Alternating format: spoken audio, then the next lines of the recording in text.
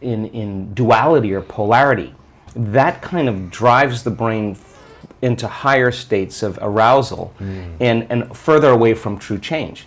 So we've done thousands and thousands and thousands of brain scans, and we now know that there's a formula to create greater brain coherence, greater brain efficiency, to make your brain work better. And when your brain works better, you work better. At the same time, it requires a clear intention and an elevated emotion to begin to change your energy and to change your life. And nobody changes until they change their energy, right? So then how do you get a person out of resentment and frustration into joy and freedom? Why would they feel grateful or joyful or free if the experience hasn't happened? So most people are spending the majority of their life waiting for something out there to take away their emptiness or pain or the resentment in here. Well, if they're waiting their whole life in separation or lack, then and we create reality, then the lack is driving certain thoughts, which is creating more separation and more lack. So teaching people then to begin to condition their body emotionally before the evidence takes place in their life is breaking a significant habit, right? Yes.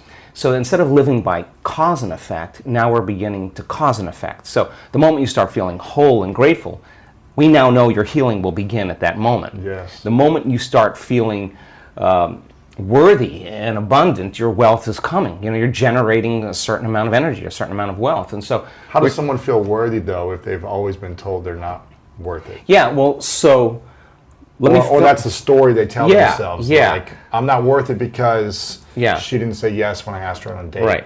Because he broke up with me, because I got fired, because my parents left me. How am I worth it when there's so much evidence or story around a negative thing? Let's stop telling the story of your past and let's start telling the story of your future.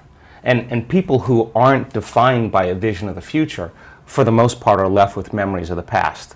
Your brain is a record of the past. It's an artifact of everything you've learned and experienced to this moment. So most people wake up in the morning and they start thinking about their problems. And those problems are memories that are tattooed in the brain that are associated to certain people and things at certain times and places. So the moment the person wakes up clean slate, they start thinking about the problems they're thinking in the past. If you believe your thoughts have something to do with your destiny, well, there's a possibility that your past is going to be your future.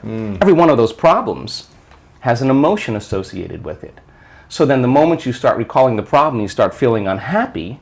Now your body's in the past, because thoughts are the language of the brain and feelings are the language of the body. And how you think and how you feel creates a state of being. So people reaffirm their identity based on the past, right?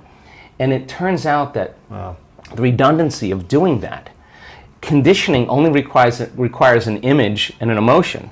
And most people are unconsciously conditioning their body into the familiar past, into the known. So now if you're in the familiar past and in the known, you're going to crave the predictable future, right? That's the known as well. And there's only one place where the unknown exists, and that's the eternal present moment. That's the sweet spot of the generous present moment. So you gotta labor to get that person beyond the emotions that keep them tacked or anchored to the past. And yes, it takes an effort to do that, but if you keep working with the formula, you'll reach that elegant moment where there's a liberation of energy. And now your body, as the unconscious mind, the objective mind, is not believing, it's living in the same past experience 24 hours a day, because you're liberating the body from that emotional state. So you ask a person, why are you so unhappy? Why are you so frustrated? Why are you so resentful? The moment you ask that, their brain is going to associate that emotion to a past event. To a memory. To a memory. Yeah. That's because they have nothing to look forward to in their future. So if you're not being defined by a vision of the future, it just means to me that you're more in love with your past than you are with the future. So how do you teach people to believe in a future that they can't see or experience with their senses yet, but they've thought about enough times in their mind that their brain is literally changed to look like the event has already occurred? The latest research in neuroscience says that's absolutely possible. And we know that. And how do you teach a person to select a new possibility in their future and begin to emotionally embrace that future before it's made manifest to such a degree that their body, as their unconscious mind, is believing it's living in that future reality in the present moment, and they're signaling new genes and new ways ahead of the environment Now, till their body begins to change to look like the event has already occurred. We've proven that that's possible. Now think about this. So the more you think about your desired future, the joy, the gratitude, the feelings you want to have that are more positive, the more you think about it as a future thing happening, the more your body shifts now. Exactly. So your body is believing it's living in that future reality in the present moment. Now think about this. From some condition in your life, the more altered you feel inside of you, the more you narrow your focus on the cause, and the brain freezes an image and takes a snapshot. And that memory now is embossed in the brain. It's branded in there. So then people think neurologically within the circuits of those past experiences, and they feel chemically within the boundaries of those emotions. And the stronger the betrayal, the stronger the trauma, the more the body's living in the past, right? So how to reverse that? So now, logically, within the circuits of those past experiences, and they feel chemically within the boundaries of those emotions. And the stronger the betrayal, the stronger the trauma, the more the body's living in the past, right? So how to reverse that? So now, if you truly got passionate about a future, we've all done this. You get a wild idea in your mind, and you start holding on to that vision, and you're preoccupied with it.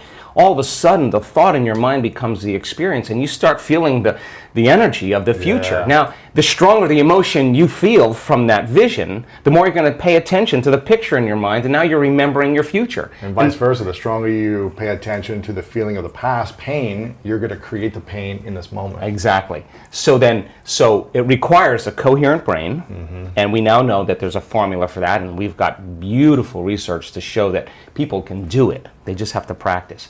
And it requires a coherent heart, because resentment, frustration, impatience creates a very incoherent heart. Yeah. And when that heart becomes incoherent, you stop trusting yourself. There's no energy there. You stop trusting in your future. Wow. So then, if there's physical evidence in your brain and body, physical evidence to look like the event has already occurred, it's quite possible you'll be thinking neurologically within the circuits of your future, and you'll begin to feel chemically within the boundaries of that emotion of your future. And how you think and how you feel is your state of being. And now your state of being is living in the future instead of the past. Now, the moment you disconnect from the emotion of your future because of traffic or some coworker or your ex or whatever people come up with, now you're back to the energy of your past. And now you're going to start looking for it, analyzing, why hasn't it happened? Well, if you're feeling the emotion of your future, why would you look for it? Because you would feel like it already happened, and that is the place where the magic happens. So then you can't just do this, get up, and then return back to your old state of being. You got to maintain that modified state of mind and body. When life practice. happens? Well, let me finish. If I punch you in the face right now, how do you